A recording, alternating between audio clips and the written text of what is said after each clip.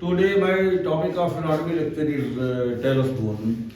तो talus bone जो है इसको एंकिल बोन भी कहते हैं, एंकिल बोन, या इसको यूनानी में अज़मुल काब कहते हैं और टखना की हड्डी कहते हैं। तो talus bone is second largest tarsal bone. तो टार्सल बोन की तादाद जो है, number of tarsal bone is 7। तो इसमें सबसे फर्स्ट लार्जेस्ट टार्सल बोन है वो कैल्किनियम है, जिसे हील बोन भी कहते हैं या उसको एडी की हड्डी कहते हैं। तो सेकंड नंबर पे जो है ये मतलब टेलस बोन है, जो मतलब second largest bone tarsal bone है जो है। तो टार्सल बोन जो 7 मतलब जिनकी नंबर्स होती हैं, तादाद होती है, तो 7 जो है टार्सल बोन में जो टेलस बोन है ये सेकंड लार्जेस्ट टार्सल बोन है जो है, दूसरे नंबर पर आता है मतलब इसके जो है बिगनेस में। और ये जो है मतलब टेलस बोन के ऊपर टिबिया बोन रहता है और उसके नीचे जो है टेलस बोन के नीचे ये कैल्किनियम बोन होता है। यानी टेलस बोन बीच में रहता है और इसके ऊपर टिबिया बोन रहता है, जिसको शिन बोन भी कहते हैं, और नीचे जो है कैल्किनियम बोन होता है। और इसके जो है मीडियल साइड में जो है मीडियल मैल्यूलस होता है, टिबिया बोन का जो मीडियल मैल्यूलस होता है, और इसके लेटरल साइड में जो है ये लेटरल मैल्यूलस होता है, जो फिबुला बोन का मतलब लोअर एंड है। तो इस तरह से ये चारों तरफ से, ऊपर से भी, नीचे से भी, अंदर से भी, बाहर से भी जो है चारों तरफ से बाउंडेड होता है जो है। और ये टेलस बोन के 3 पार्ट्स होते हैं। एक सामने जो है हेड होता है, ऐसे सामने हेड होता है, बीच में नेक होता है और पीछे बॉडी होता है। तो talus bone is divided into 3 parts. Anterior part is known as head, middle part is known as neck and posterior part is known as body. तो हेड, नेक, बॉडी।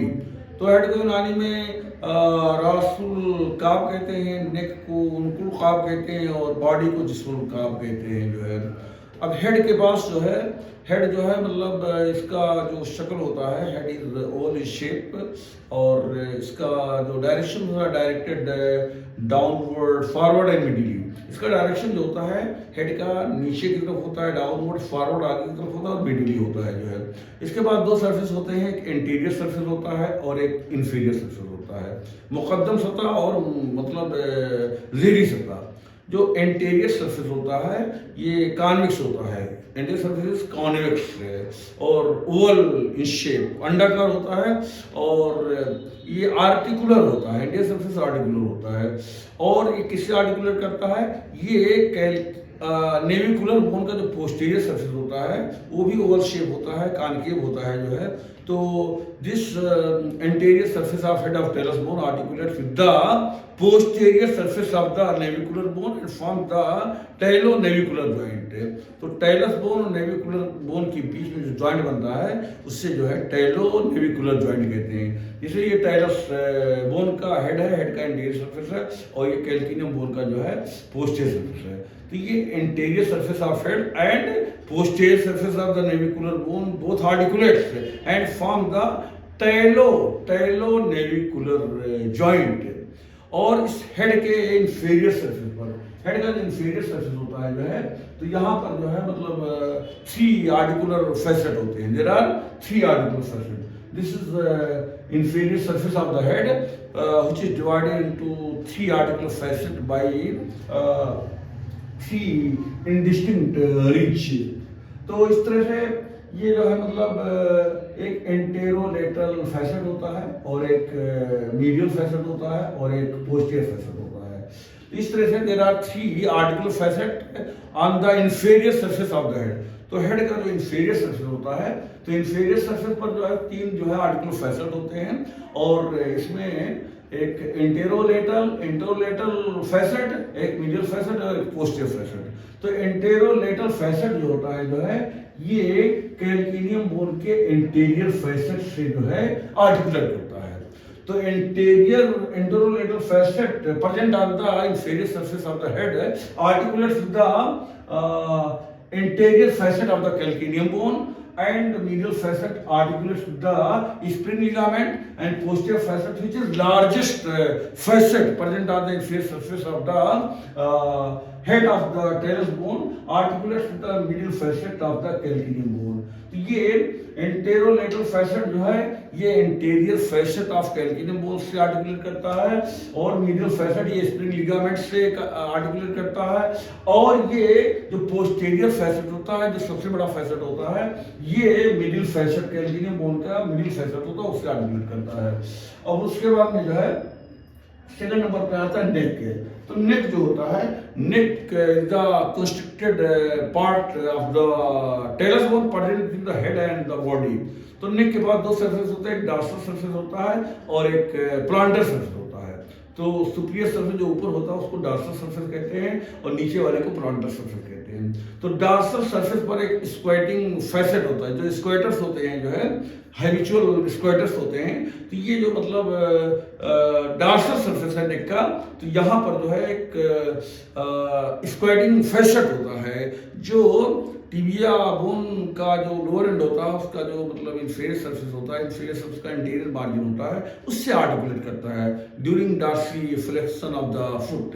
जब फुट का डार्सी फ्लेक्शन होता है जो है, तो ये जो है जो मतलब स्क्वैटिंग फैसेट होता है, तो ये anterior margin of the lower end of the tibia bone से आर्टिकुलेट करता है। और जो इंफीरियर सरफेस होता है नेक का जो है, तो यहाँ पर इंफीरियर सरफेस ऑफ नेक है river like depression which is known as groove, और this groove is known as sulcus tali. तो इस इंफीरियर सरफेस जो नेक का होता है जो है, यहाँ पर एक गड्ढा होता है, नदी की तरह गड्ढा होता है, जिसको सर्कस टेलाई कहते हैं। सर्कस माने गड्ढा होता है, रिवर लाइक डिप्रेशन, और टेलाई मतलब होता है टेलस बोन, तो इसे सर्कस टेलाई कहते हैं। और इसी तरह से जो है जो कैल्किनियम बोन होता है जो है, तो कैल्किनियम बोन के मतलब सुपीरियर सरफेस पर जो है, कैल्किनियम बोन के सुपीरियर सरफेस पर भी ऐसे गड्ढा होता है जो है, तो ये सर्कस कैल्किनियाई कहते हैं। तो कैल्किनियम का जो मतलब रिवर लाइक डिप्रेशन होता है उसे सर्कस कैल्किनियाई कहते हैं, और इसे सर्कस जो है टेलाई कहते हैं। तो टेलस बोन के नेक के प्लांटर सरफेस पर सर्कस टेलाई और कैल्किनियम बोन के सुपीरियर सरफेस पर जो है सर्कस कैल्किनियाई। तो दोनों सर्कस के बीच में जो मतलब स्पेस होता है, the space between the sulcus tali and sulcus calcanei is known as sinus tarsi. तो इसे साइनस टार्साई कहते हैं। साइनस टार्साई यानी जो सर्कस टेलाई और सर्कस कैल्किनियाई के बीच में जो जगह होता है, इसको साइनस टार्साई कहते हैं।